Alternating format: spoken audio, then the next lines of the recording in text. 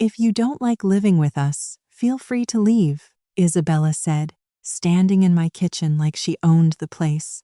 10 minutes later, she was screaming for the police, claiming I'd lost my mind. What she didn't expect was that I'd been recording our conversation the entire time. If you're watching this, subscribe and let me know where you're watching from. Let me tell you how I ended up packing my daughter-in-law's belongings while she called 911 on me. It started 8 months ago when my son Jonathan lost his job at the accounting firm. "Just temporarily, Mom," he'd said, showing up at my door with Isabella in their 2 suitcases until I get back on my feet. I'm Chloe Brooks, 69 years old and apparently naive enough to believe that temporarily meant what it used to mean. My husband, Matthew, left me this beautiful 4-bedroom house in Maple Heights when he passed 2 years ago, along with a comfortable retirement that I'd earned through 40 years of teaching high school English. What I didn't realize was that I just invited 2 parasites into my home. "Mom, you're being ridiculous," Jonathan had said that Tuesday morning when I suggested maybe 8 months was long enough for a temporary stay. "Isabella and I contribute to this household." Contribute. That's rich. Considering they'd paid exactly 0 inches rent, utilities, or groceries since moving in, Isabella worked part-time at a salon and spent most of her income on designer coffee and online shopping. Jonathan had supposedly been job hunting, though his hunting grounds seemed to be limited to the couch and my refrigerator. "We do the dishes sometimes," Isabella added, not looking up from her phone where she was scrolling through vacation photos from the trip to Cancun they'd taken with my credit card, without asking. "How generous of you," I said. Even I could hear the acid in my voice. That's when Isabella looked up, her eyes cold as winter. "Margaret, if you don't like living with us, you're free to leave anytime." The audacity took my breath away. In my own house, my own kitchen, standing next to the refrigerator I'd bought and paid for, eating food I'd purchased with my pension. "Excuse me," I said quietly. "You heard me. Nobody's forcing you to stay here if we're such a burden." Jonathan shifted uncomfortably, but said nothing. My own son, watching his wife kick his mother out of her own home, that's when something snapped inside me. The old Margaret would have apologized, maybe even started packing her own bags, but this Margaret had been pushed too far. "You know what, Isabella? You're absolutely right." I walked upstairs to the guest room where they'd been sleeping and pulled their largest suitcase from the closet. Isabella followed me, probably expecting to see me fold my clothes into it. Instead, I started tossing her things inside. Her expensive workout clothes that had never seen a gym, the jewelry she'd bought with money they didn't have, the designer handbags cluttering my dresser. "What are you doing?" she shrieked. "Packing," I said calmly, adding Jonathan's collection of gaming equipment to the pile. "Isn't this what you wanted? Not our stuff, your stuff?" I paused, holding one of her ridiculously overpriced sweaters. "Oh, honey, I'm not the one who needs to leave. This is my house. My name is on the deed." Her face went white, then red, then purple. She pulled out her phone and started dialing frantically. "Yes, I need police and an ambulance," she said, her voice suddenly shaky and tearful. "My mother-in-law is having some kind of breakdown. She's acting completely erratic, and I'm scared for everyone's safety." Mother-in-law. Since when was I family? She's threatening us and packing our belongings. I think she might be having a psychotic episode. I kept packing, amazed at how calm I felt. Let her call whoever she wanted. This was still my house. What I didn't know was that Isabella had been planning this moment for months. 7 minutes after Isabella's dramatic phone call, my doorbell rang. Through the window, I could see 2 police officers and a paramedic standing on my porch. Behind them was a black sedan I didn't recognize. Mrs. Walsh. The older officer was polite but cautious. We received a call about a disturbance. Please come in, I said, stepping aside, though I'm not sure what disturbance they're referring to. Isabella appeared at the top of the stairs, her face stray with what looked like genuine tears. Officers, thank God you're here. She just started throwing our things around, shouting about how we don't belong here. I've never seen her like this. The younger officer looked between us. Ma'am, is this your residence? Yes, it is. I've lived here for 32 years. And you, miss? I'm Isabella Walsh, Jonathan's wife. Jonathan is Margaret's son. We've been staying here to help take care of her since her husband died. Help take care of me? I almost laughed. The woman who couldn't remember to flush the toilet was taking care of me. Mrs. Walsh, the older officer said gently, your daughter-in-law says you were packing their belongings and asked them to leave. Can you tell us what happened? Certainly. Isabella told me that if I didn't like living with them, I was free to leave. Since this is my house, I suggested they might be the ones who should leave instead. The paramedic stepped forward. He was young, probably fresh out of training.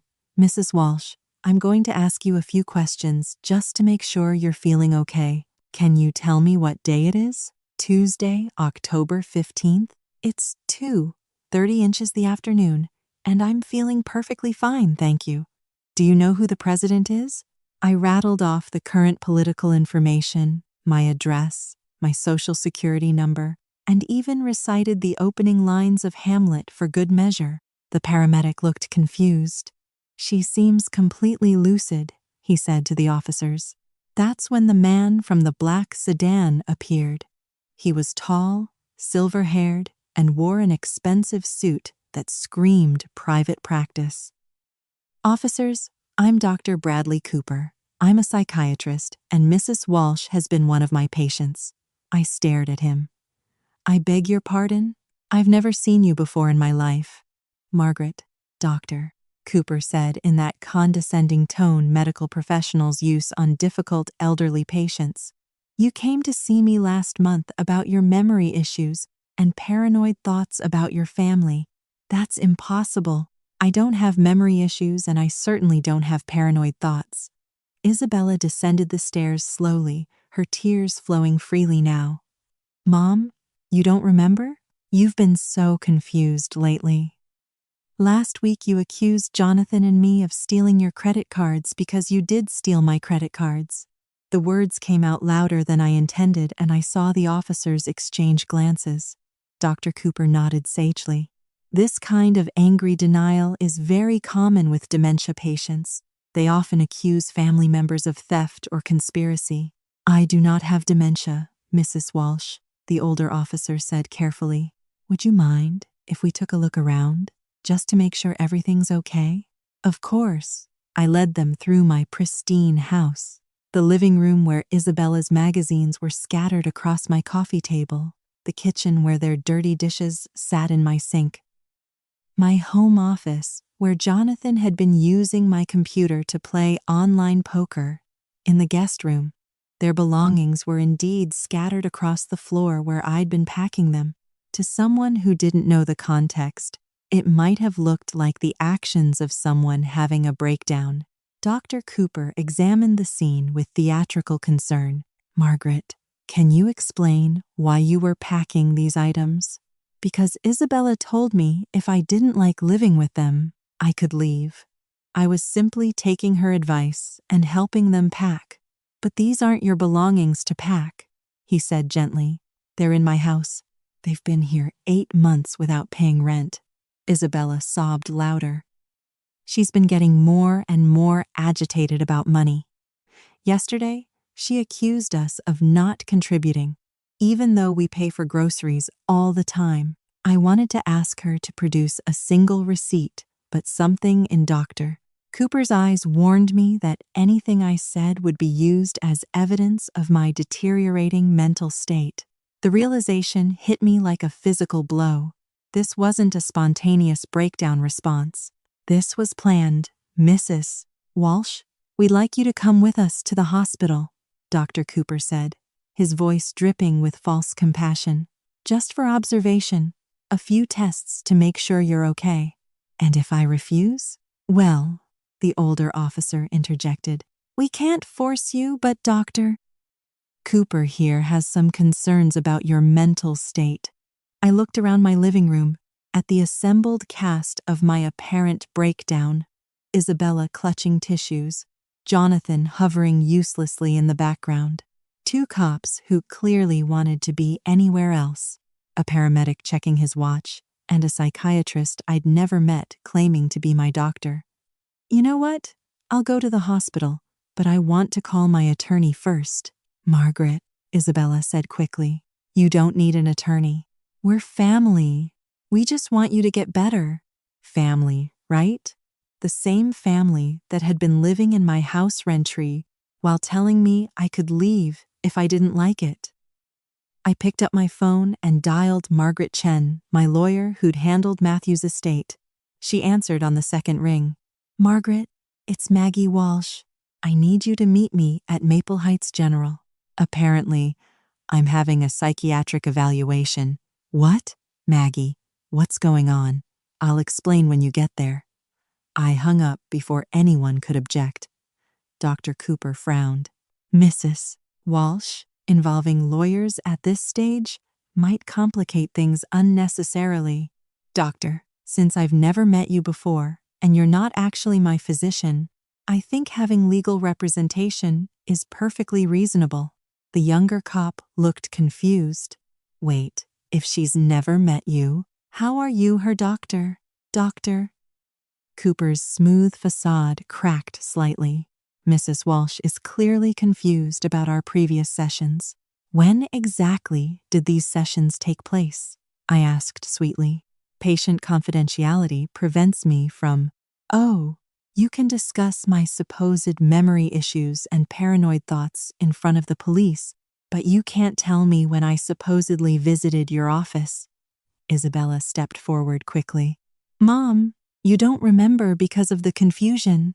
That's why Dr. Cooper is here to help. Isabella, in 30 years of marriage to your father-in-law, I never once had memory issues. I balanced our checkbook, managed my classroom of 30 teenagers, and could tell you every birthday and anniversary in the family. But somehow, in the 8 months since you moved in, I've developed sudden onset dementia. The older officer was starting to look skeptical. Dr. Cooper, do you have documentation of your previous treatment of Mrs. Walsh? The records are at my office, he said stiffly. Which office? I asked. What's your practice called? Where is it located?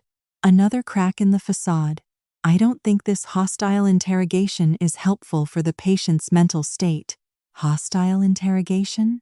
I laughed. Officer, I'm asking a man who claims to be my doctor to provide basic information about his practice. If that's hostile, then I guess I really am losing my mind. Isabella was looking nervous now, glancing between Dr. Cooper and the police officers. Can we just get her to the hospital? She clearly needs help. That's when Margaret Chen arrived.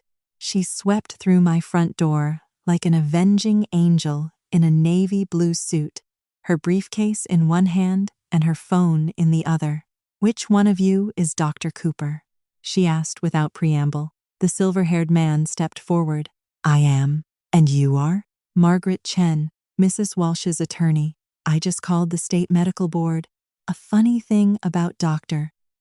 Bradley Cooper. He had his license suspended 6 months ago for participating in fraudulent psychiatric holds. The room went dead silent. That's impossible, Isabella whispered.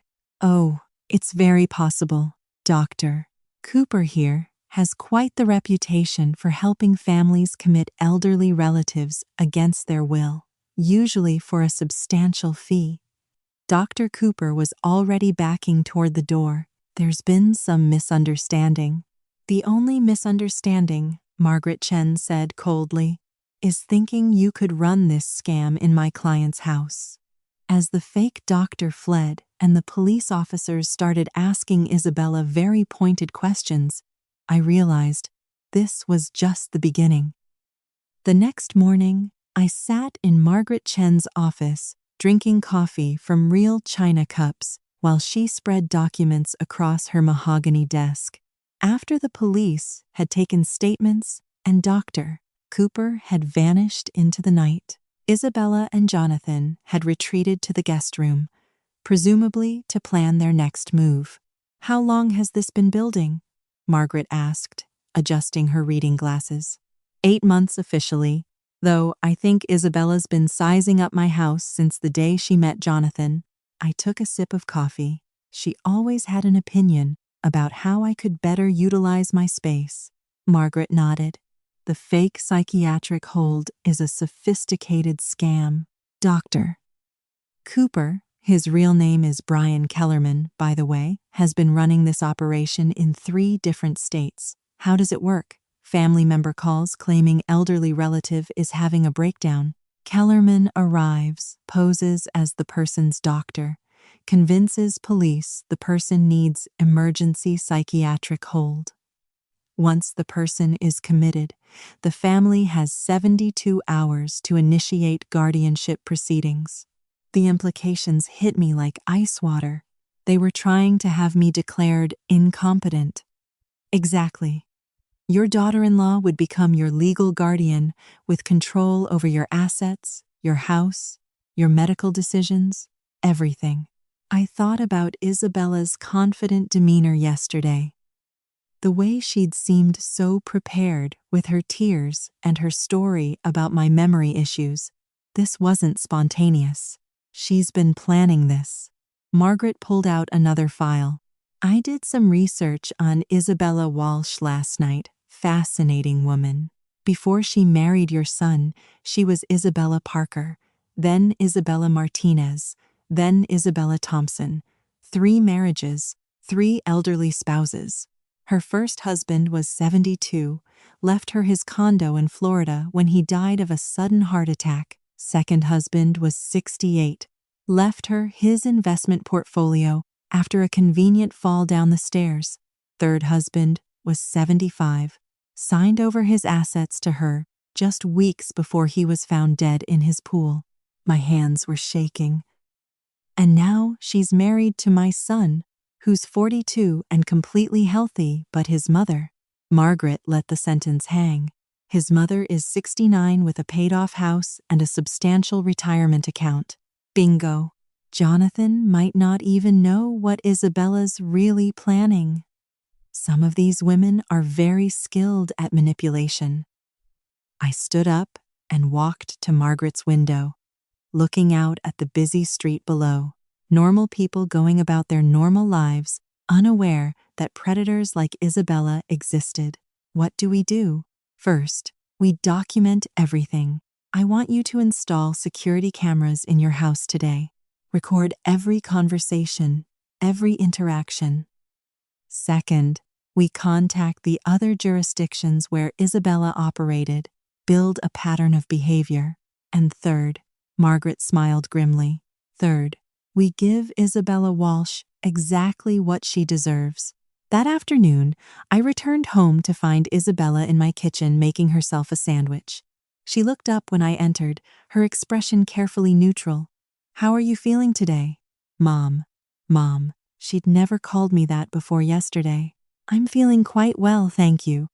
Although I am curious about something. What's that? She was being so careful, so concerned. The perfect daughter-in-law tending to her confused mother-in-law. I was wondering about your previous marriages. Isabella's hand froze halfway to the mustard jar. My what? Your previous husbands. I met the most interesting police detective today. He had some fascinating stories about recent widow Isabella Parker, Isabella Martinez, and Isabella Thompson. The color drained from her face. I don't know what you're talking about. Of course you don't. I opened my purse and pulled out the small recording device Margaret had given me. Just like you don't know, Dr. Cooper's real name is Brian Kellerman, and he's a convicted fraud. Isabella stared at the device like it was a snake. You can't record me without my permission. Actually, in a one-party consent state like ours, I can record any conversation I'm participating in, especially in my own house. She was backing toward the door now, her mask of concern completely gone. Jonathan, my son, appeared from the living room, remote control still in his hand. What's wrong? Your mother is recording us. She's completely paranoid. Jonathan looked confused. Mom, why are you recording Isabella? Because your wife has been married 3 times before you, and all 3 of her previous husbands are dead. The remote control clattered to the floor. Jonathan stood frozen in my living room, staring at Isabella like he'd never seen her before. That's not true, he said finally, but his voice lacked conviction. Show him the documents, Margaret, I said into my phone, which was connected to a conference call with my attorney. Margaret's voice came through the speaker clearly. Jonathan, I'm emailing you the death certificates and marriage licenses right now. Your wife was married to Matthew Parker in 2018. He died 6 months later. Then to Carlos Martinez in 2019. He died 8 months after the wedding. Then to William Thompson in 2021, dead in 4 months. Isabella finally found her voice. Those were coincidences. I can't help it if I attracted older men who had health problems. Older men? I repeated. Matthew Parker was 72. Carlos Martinez was 68. William Thompson was 75. And now you're married to my 42-year-old son. That's quite a pattern, Isabella. Jonathan was scrolling through his phone, reading the documents Margaret had sent. His face grew paler with each swipe. Isabella, he said quietly, you told me you'd only been married once before, to a man who died in a car accident. I didn't want you to think I was unlucky in love, she said, trying to recapture her sweet, vulnerable tone. People judge widows, especially young widows. Young. Isabella was 39 years old and looked every day of it under her carefully applied makeup. What about Dr. Cooper? Jonathan asked. The man who was here yesterday claiming to be Mom's psychiatrist? Isabella's eyes darted between us. I don't know anything about him. The police must have called him. Margaret's voice cut through the speaker. Actually, Isabella, we have phone records showing 3 calls from your cell phone to Brian Kellerman's number over the past 2 weeks. The longest call was 47 minutes. That's impossible. Would you like me to read you the exact times and durations? Isabella was backing toward the staircase now. Jonathan, you have to believe me. Your mother is trying to turn you against me. Turn him against you? I laughed. Isabella, you tried to have me committed to a psychiatric facility yesterday. You called a fake doctor to my house and told the police I was having a breakdown. I don't need to turn anyone against you. You're doing a fine job of that yourself. Jonathan was staring at his phone screen. Isabella, this says Matthew Parker changed his will 2 weeks before he died. He left everything to you, instead of his children. He loved me. His children were horrible to him. And Carlos Martinez signed over power of attorney to you the day before he fell down the stairs. He was getting forgetful. I was helping him manage his affairs. William Thompson transferred his bank accounts to your name 3 days before he drowned in his pool. Isabella's voice was getting high, more desperate. These are all coincidences. You're making it sound like I killed them. The room went silent. She'd said the quiet part out loud. Jonathan set his phone down slowly. Isabella, did you kill those men? Of course not. I loved them. They were good to me. It's not my fault they died. But it is convenient, I said quietly, that they all died right after giving you access to their assets. Margaret's voice came through the phone again. Isabella, I think you should know that the police departments in Miami, Phoenix, and Portland are very interested in reopening those 3 cases. especially since they've discovered your connection to Brian Kellerman. Isabella looked trapped, cornered. But I'd learned yesterday that cornered animals are the most dangerous. You know what? She said, her voice suddenly calm. Fine. You want to know the truth? Those old men were pathetic, lonely, desperate, eager to throw money at any woman who paid attention to them. They got exactly what they paid for. Jonathan took a step back from her. Isabella, what are you saying? I'm saying your mother is right. I married old rich men who died conveniently and left me their money. And yes, I was planning to do the same thing to her. The casual confession hit the room like a bomb. But here's what your precious mother doesn't understand, Isabella continued, her mask completely off now. I don't need Jonathan anymore. I already transferred half her retirement account to my personal account last month. My blood went cold. What? Isabella smiled for the first time since yesterday. Amazing what you can accomplish with someone's signature when you bring them their morning coffee every day. A little something in the coffee to make them drowsy, a few documents to sign, and voila, she'd been drugging me. You've been drugging me, I said, the pieces finally clicking into place.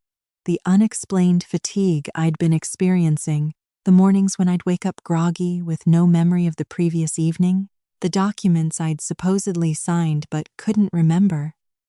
Isabella's smile was cold and satisfied. Just a little something to help you sleep better. You seemed so stressed about having house guests. Jonathan was backing away from her, horror written across his face. Isabella, you drugged my mother. Oh, don't act so shocked, Danny. You were happy enough to spend the money I transferred from her accounts. That vacation to Cancun, the new gaming equipment, the designer clothes I bought you. Where did you think the money was coming from? I thought you were working. I thought your salon job paid minimum wage plus tips. Really, Jonathan? You're even more naive than your mother. Margaret's voice crackled through the phone speaker. Isabella, I need you to know that this entire conversation is being recorded, and as of 10 minutes ago, the FBI has frozen all bank accounts associated with your social security number. Isabella's confidence faltered. You can't do that. Actually, when someone is suspected of serial elder fraud across multiple states, the federal government can do quite a lot. In fact, Agent Sarah Mitchell should be arriving at the house any moment now. As if on cue, the doorbell rang. Through the window, I could see black SUVs lining my street. You set me up, Isabella whispered. No, I said, standing up straighter than I had in months. I protected myself. There's a difference. The FBI agents were professional and efficient. Agent Mitchell, a woman about my age with steel gray hair and kind eyes, took Isabella into custody while explaining her rights. The irony wasn't lost on me that Isabella was being read the same rights she'd tried to strip away from me. Mrs. Walsh, Agent Mitchell said, after Isabella had been taken away, we're going to need you to come to the field office tomorrow to give a full statement, but I want you to know how brave you were to come forward. I didn't come forward. I was just trying to keep them from kicking me out of my own house. Agent Mitchell smiled. Sometimes the bravest thing we do is simply refuse to be victims. After the agents left, Jonathan and I sat in my living room in awkward silence. He looked older somehow, smaller. The man who'd watched his wife insult me in my own kitchen was gone, replaced by someone who was clearly questioning everything he thought he knew about his life. Mom, he said finally, I didn't know about any of it. I swear to you, I had no idea what Isabella was doing. I studied his face, looking for the truth. But you knew she was disrespectful to me. You heard her tell me to leave my own house, and you said nothing. He nodded miserably. You're right. I was weak. I was so grateful that someone wanted to be with me after I lost my job. I didn't want to rock the boat. And now, Now I realize I chose a woman who was planning to murder my mother over the son who let her get away with it. He looked up at me with tears in his eyes. Can you ever forgive me? I reached over and took his hand. Jonathan, you're my son. I love you, but you need to understand that respect isn't optional. Not in my house, not in my life. I understand. And Mom, I'm going to find my own place. You deserve to have your house back. I squeezed his hand. One thing at a time. First, we're going to figure out how much money Isabella stole and get it back. Then, we're going to make sure she never has the opportunity to hurt another family. What I didn't tell him was that I'd already decided what I was going to do with the money once we recovered it. Isabella Walsh thought she could prey on vulnerable seniors with impunity. She was about to learn how wrong she was. 3 weeks after Isabella's arrest, I was sitting in Agent Mitchell's office, staring at a number that made my head spin. She stole $347,000 from you over 8 months, Agent Mitchell said, sliding the bank statements across her desk. But here's what's interesting. She only spent about $60,000 of it. Where's the rest? That's what we're trying to figure out. Isabella was part of a larger operation. We think your case was just one piece of a much bigger puzzle. I leaned back in the uncomfortable government-issued chair. How much bigger? Agent Mitchell pulled out a thick file. We've identified at least 15 other victims across 6 states. All elderly, all targeted the same way. Fake psychiatric holds, fraudulent power of attorney documents, forged signatures. 15 people like me. 15 people who weren't as smart as you, she corrected. Most of them are now in nursing homes, declared incompetent by courts, their assets controlled by loving family members who are actually part of this network. The scope of it was staggering. Isabella was working with other people. Isabella, Brian Kellerman, at least 3 other fake doctors, several corrupt lawyers, and what appears to be a placement coordinator who identifies targets. Placement coordinator. Agent Mitchell opened another file. Someone who works in healthcare or senior services identifies wealthy elderly people who are isolated or vulnerable and passes their information to the team. I thought about how easily Isabella had vaulted into my life through Jonathan. How did they find me? We're still investigating that, but Mrs. Walsh, we need your help. What kind of help? The other victims can't testify. They've been declared mentally incompetent, or they're too scared, or they've been convinced by their captors that they're actually sick. You're the only victim who fought back successfully. What are you asking me to do? Agent Mitchell leaned forward. Help us catch the rest of them. There's someone at the top of this operation we haven't identified yet. Someone who's been running the scam for at least 5 years. I thought about those 15 other people trapped in nursing homes. Their families probably told they were getting the best care, while their life savings disappeared into criminal accounts. What would I need to do? Act as bait? The plan was elegant in its simplicity. Agent Mitchell explained it over coffee in my kitchen 3 days later, with Jonathan listening in shocked silence. They would leak information that I'd recovered my stolen money and was looking to invest it safely. They'd monitor the phones and digital communications of everyone in Isabella's network who hadn't been arrested yet. The idea is that someone will approach you with a new investment opportunity or financial service. Agent Mitchell said, someone trustworthy, probably recommended by a friend or through your church or community center. And then, we see how deep this rabbit hole goes. Jonathan shook his head. Mom, this sounds dangerous. What if something goes wrong? I patted his hand. Honey, something already went wrong.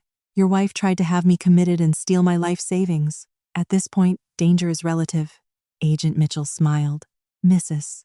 Walsh will be completely protected. We'll have agents nearby at all times, and she'll be wearing recording equipment. Plus, we think the approach will be subtle at first. These people are patient. They were right about that.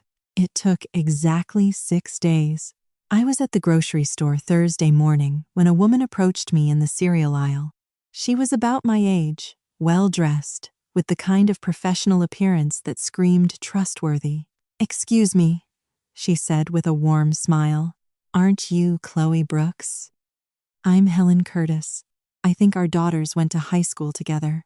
I didn't recognize her, but I smiled politely. "Nice to meet you, Helen. I hate to bother you, but I couldn't help overhearing you talking to the pharmacist about managing your retirement funds. I just went through something similar after my husband passed." My radar immediately went up. I hadn't been talking to the pharmacist about my finances.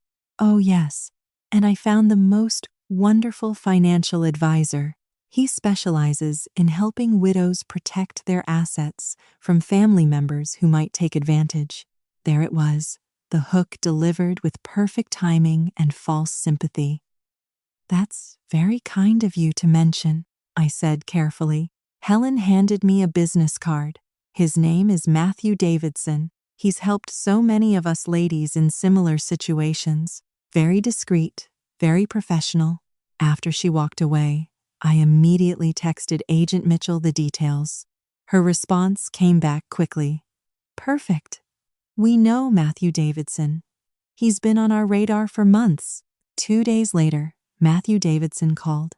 Matthew Davidson had the smoothest voice I'd heard since my high school drama teacher. Warm, reassuring, with just a hint of concern that made you want to trust him immediately.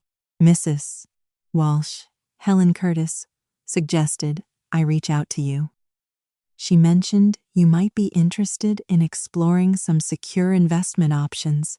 "I might be," I said, settling into my kitchen chair while Agent Mitchell monitored from the van parked across the street. "Though I have to admit, I'm a bit wary these days. I recently had some trouble with someone trying to take advantage of my finances." "Oh my," Matthew's voice oozed sympathy. "Unfortunately, that's far too common. Elder financial abuse is epidemic, particularly from family members who feel entitled to their parents' assets." He was good, really good. "Would you be interested in meeting for coffee? I have an office in downtown Maple Heights. Very comfortable, very private. I specialize in helping seniors protect their wealth from predatory family members." We arranged to meet the following Tuesday at his office. Agent Mitchell briefed me thoroughly beforehand. "Matthew Davidson is sophisticated," she warned.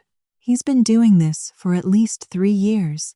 His approach is usually a legitimate seeming investment that requires signing over temporary power of attorney for processing purposes, and then you disappear into the system. Fake medical emergency, fake psychiatric evaluation, fake diagnosis of incompetence. By the time your real family figures out what happened, your assets are gone and you're in a locked facility somewhere." "How many people has he done this to?" "We think at least 20. But Mrs. Walsh, this meeting is our chance to get him on tape discussing the scam." Matthew Davidson's office was everything you'd expect from a legitimate financial advisor. Expensive furniture, diplomas on the walls, family photos on his desk. If I hadn't known what I was looking for, I would have trusted him completely. "Mrs. Walsh, thank you so much for coming in. Helen Curtis spoke very highly of you." He was younger than I'd expected, maybe 55, with silver hair and grandfatherly eyes behind wire-rimmed glasses, the kind of man you'd trust to walk your dog or help you change a tire. "Helen seems lovely," I said, taking the seat across from his desk. "She's one of my success stories, actually. When we first met, her stepchildren were trying to have her declared incompetent so they could access her late husband's estate. Now her assets are completely protected. How did you manage that?" Matthew leaned forward conspiratorially. "Between you and me, Margaret, may I call you Margaret? There are legal strategies available to seniors that most people don't know about. ways to protect your assets that go beyond simple trusts or wills, such as, well, there's a process where we can temporarily transfer your assets into a protective holding account while we establish what's called a senior asset shield. It's completely legal, but it has to be done correctly. Temporarily transfer my assets just while the paperwork is processed. Usually takes about 2 weeks. During that time, your money is completely safe from any family members who might try to claim you're incompetent or unable to manage your affairs. I pretended to consider this. That sounds complicated. Not at all. I handle everything. You just sign a few documents giving me temporary authority to move your funds, and I take care of the rest. Helen went through the exact same process.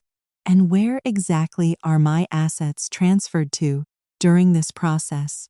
Matthew's smile never wavered. A secure holding account managed by my firm, fully insured, completely safe. You'll get statements showing exactly where every penny is. I see. And what happens if something were to happen to me during those 2 weeks? If I had a medical emergency or something, well, that's the beauty of the system. If you become incapacitated for any reason, the protective hold remains in place until you're able to manage your affairs again. Your family can't touch the money. Predatory relatives can't manipulate you into bad decisions. It's foolproof. I bet it was foolproof for him. Matthew, I have to ask. This all sounds almost too good to be true. How do I know this isn't some kind of scam? His expression shifted to one of hurt surprise. Margaret, I understand your concern.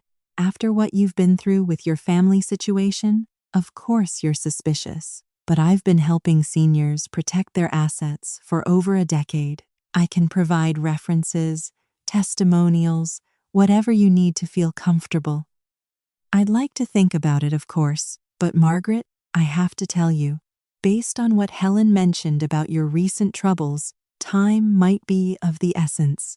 If your family is already trying to challenge your competency, every day we wait gives them more opportunity to build a case against you. The perfect pressure tactic. Create urgency based on manufactured fear. How quickly could we do this if I decided to move forward? I could have the paperwork ready by tomorrow. The whole process could be completed by Friday. 4 days to steal my life savings and disappear me into the system. I'll call you tomorrow with my decision, I said, standing to leave. As I shook his hand goodbye, Matthew Davidson smiled warmly. Margaret, you're doing the right thing by being cautious. It shows you're exactly the kind of intelligent, careful person who deserves to have her assets protected. Walking to my car, I felt sick. This man was so convincing, so professional, so perfectly calibrated to exploit the fears of elderly people who'd already been victimized. But I also felt something else. Fury. Agent Mitchell was waiting in my kitchen when I got home from the meeting, along with 2 other agents I hadn't met before. The recording equipment had captured every word of my conversation with Matthew Davidson. Out work, Mrs. Walsh, Agent Mitchell said, pulling up the audio files on her laptop. He laid out the entire scam in detail. How many people do you think he's done this to? I asked. Pouring coffee for everyone. Based on what we've learned from Isabella's records, we think Matthew Davidson is the placement coordinator for this entire operation. He identifies the targets, gains their trust, gets them to sign over power of attorney, then hands them off to the medical team.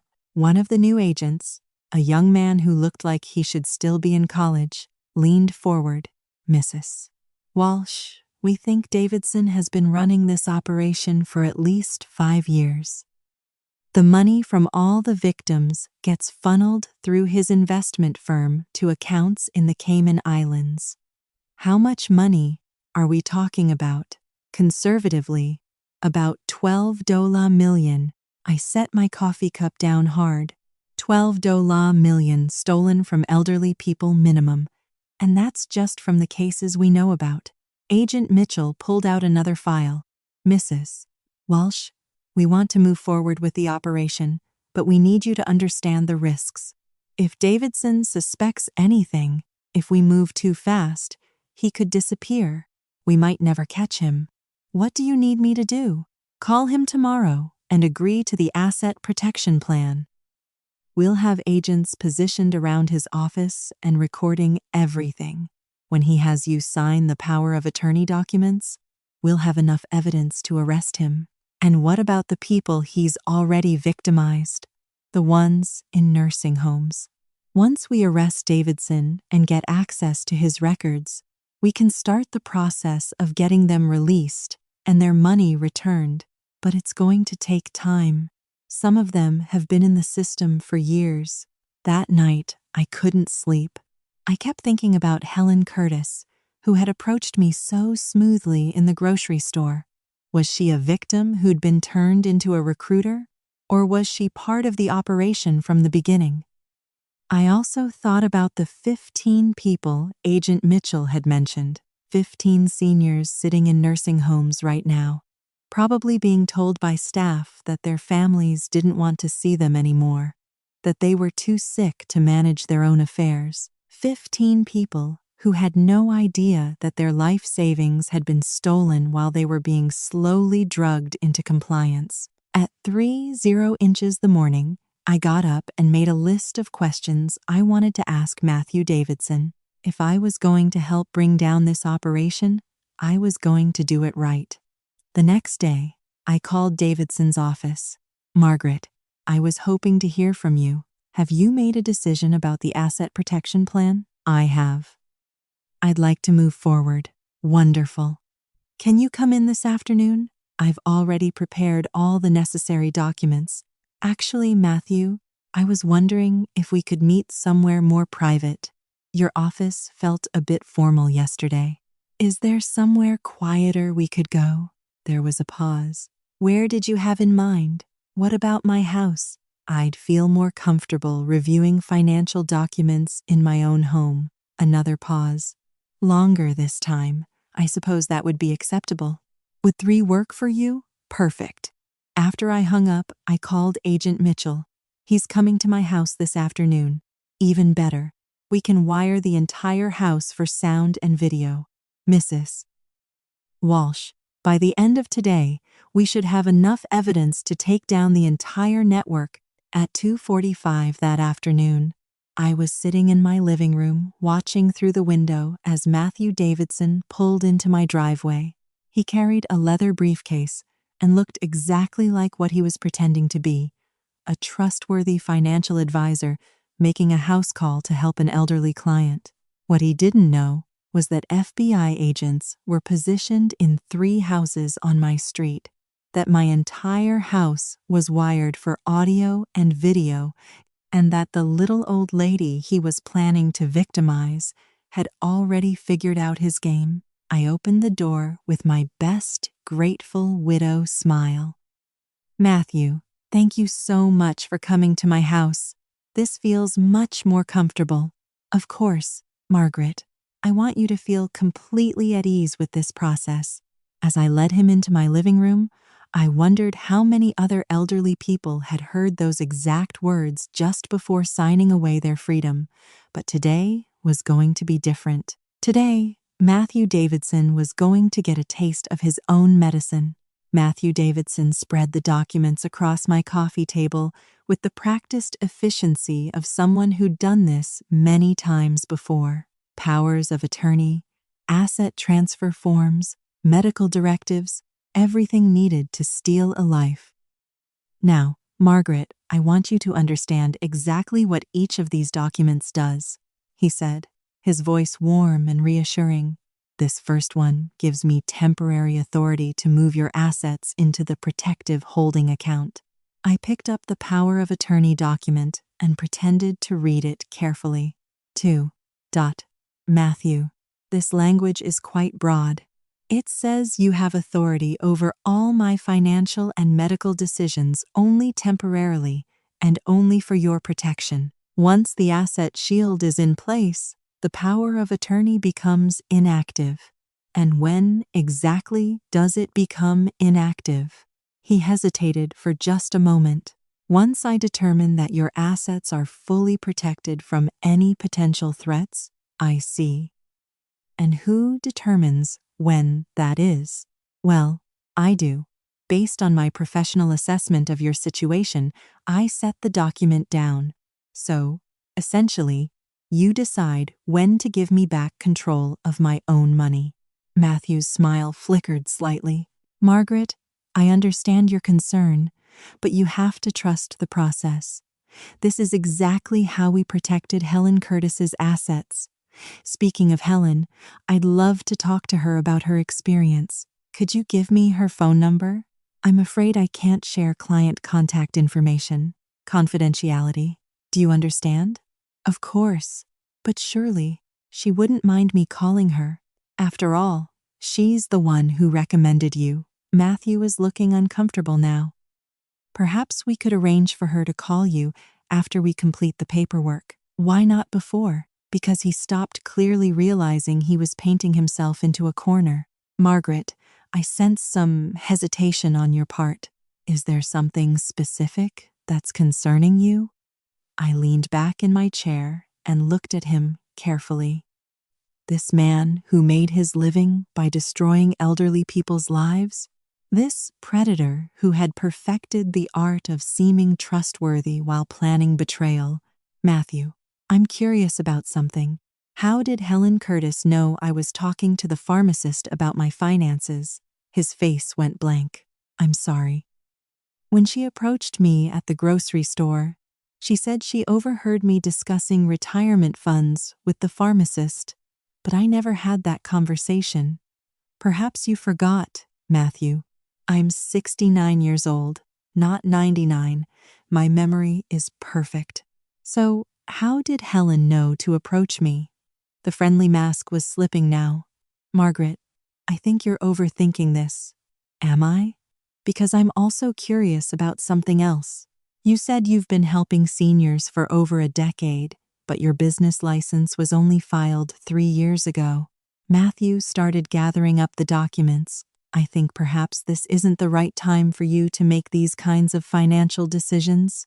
Actually, I think this is the perfect time. I stood up and walked to my window. Matthew, do you see that van parked across the street? He turned to look, and I saw his face go pale. That's FBI agent Sarah Mitchell. She's been listening to our entire conversation. Matthew was on his feet now, stuffing papers into his briefcase. This is entrapment. No, Matthew. Entrapment is what you do to elderly people. This is justice. He was moving toward the door when it opened, and Agent Mitchell walked in, followed by 2 other agents. Matthew Davidson, you're under arrest for elder fraud, identity theft, and conspiracy to commit kidnapping. As they read him his rights and led him away in handcuffs, Matthew looked back at me with pure hatred in his eyes. You have no idea what you've done, he said. This is bigger than you think. Agent Mitchell closed the door behind them and turned to me with a smile. Mrs. Walsh, we couldn't have done this without you. What happens now? Now we use the information from Davidson's records to locate all the victims and start getting them released, and we follow the money trail to see how high this goes. 2 hours later, Agent Mitchell called me with news that made my blood run cold. Mrs. Walsh, we've been going through Davidson's files. This operation isn't just regional, it's national. And the person at the top? She paused. You're not going to believe this. Who is it? Davidson's been reporting to someone called the coordinator. Based on the communication patterns and financial flows, we think the coordinator has been running similar operations in at least 15 states. How much money? We're estimating over $50 million stolen from elderly victims over the past 8 years. I sat down heavily in my kitchen chair. $50 million? Mrs. Walsh? You didn't just help us catch a small-time scammer. You helped us uncover what might be the largest elder fraud operation in U.S. history. But the biggest shock was still coming. Agent Mitchell arrived at my house the next morning with news that changed everything I thought I knew about the case. Mrs. Walsh, we've identified the coordinator, she said, setting a file on my kitchen table. And you're going to want to sit down for this. I poured coffee and settled into my chair. Who is it? She opened the file and pulled out a photograph, a professional headshot of a woman in her 50s with perfectly styled silver hair and kind eyes. I stared at the picture, confusion flooding through me. I don't understand. Who is this? Dr. Patricia Kellerman. She's been running the entire operation from a senior care consulting firm in Chicago. Kellerman? As in Brian Kellerman, the fake psychiatrist, her brother. But here's the part that's going to shock you.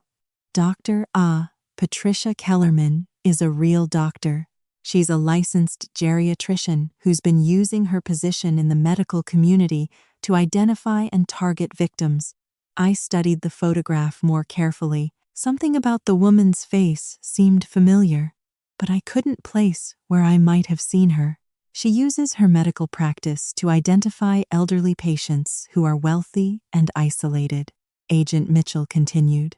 Then she refers them to what she calls specialized elder care coordinators, people like Matthew Davidson, and her patients trust her because she's a real doctor. Exactly. Over the past 8 years, she's built a network of fake financial advisors, corrupt lawyers, and fraudulent medical professionals across 15 states. They've stolen over $50 million and placed more than 200 elderly people in secured facilities against their will. The scope of it was staggering. 200 people. We started making arrests across the country yesterday. We've recovered 37 victims so far, and we're working to locate the rest. Agent Mitchell pulled out another document. Mrs. Walsh, there's something else. We found your name in Dr. Kellerman's files. My blood went cold. What do you mean? You were targeted 18 months ago, long before Isabella came into your life. She handed me a folder with my name on it.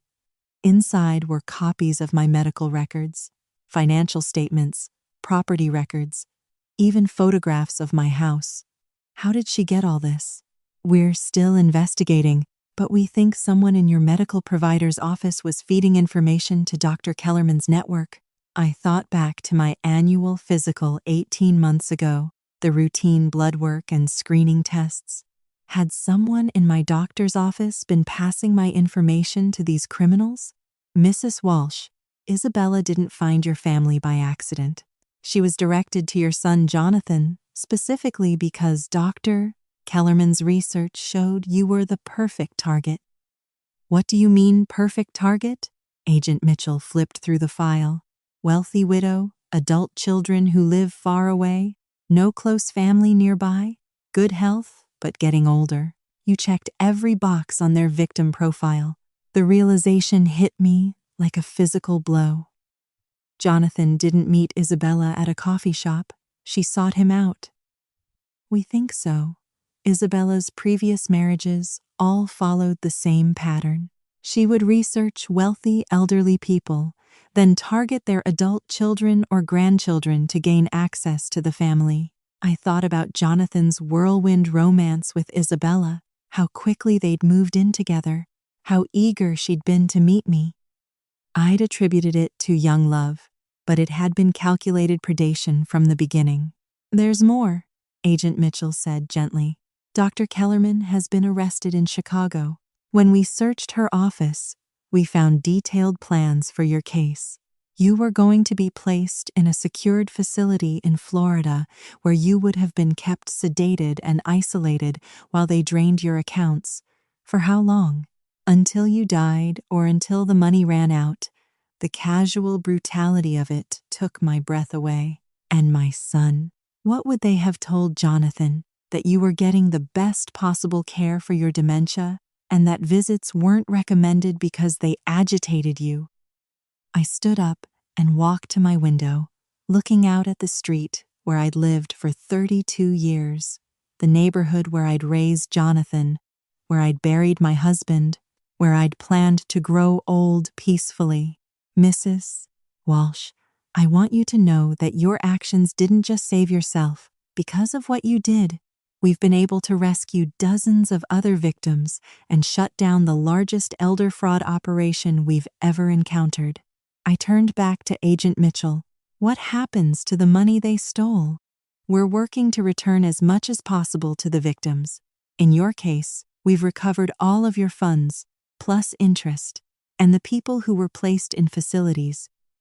We're working with state authorities to get them released and reunited with their real families. It's going to take time, but we'll get them home. That afternoon, I sat in my garden with a cup of tea, thinking about everything that had happened. 6 months ago, I'd been a lonely widow, letting her son and his wife take advantage of her kindness. Today, I was a woman who had brought down a criminal empire. My phone rang. It was Jonathan. Mom, I just saw the news. Doctor, Kellerman's arrest is all over the television. I know. They're saying you helped the FBI catch the whole network. I did what needed to be done. There was a long pause. Mom, I'm so proud of you. And I'm so sorry for everything Isabella put you through, for everything I let her put you through. Jonathan, you were a victim too. Isabella manipulated you just like she tried to manipulate me, but you fought back. You refused to be a victim. I smiled, watching a cardinal land on my bird feeder. Sometimes, the most dangerous thing you can do to a predator is refuse to be prey. 6 months later, I received a letter from the Department of Justice thanking me for my service in taking down the Kellerman network. The operation had rescued 187 elderly victims and recovered $42 million in stolen assets. But the real reward came 3 weeks after that, when a woman named Dorothy Miller called to thank me. She'd been one of Dr. Kellerman's victims, trapped in a facility in Nevada for 14 months while her assets were drained. Mrs. Walsh, she said, her voice strong and clear, because of what you did, I'm back in my own home with my own family. You gave me my life back. That evening, sitting in my living room where Isabella had once tried to convince police I was having a breakdown, I realized something important. I wasn't the same woman who had let her daughter-in-law walk all over her. I wasn't the grieving widow who had been too polite to stand up for herself. I was Chloe Brooks, 69 years old, and I was nobody's victim. Thanks for listening. Don't forget to subscribe, and feel free to share your story in the comments. Your voice matters.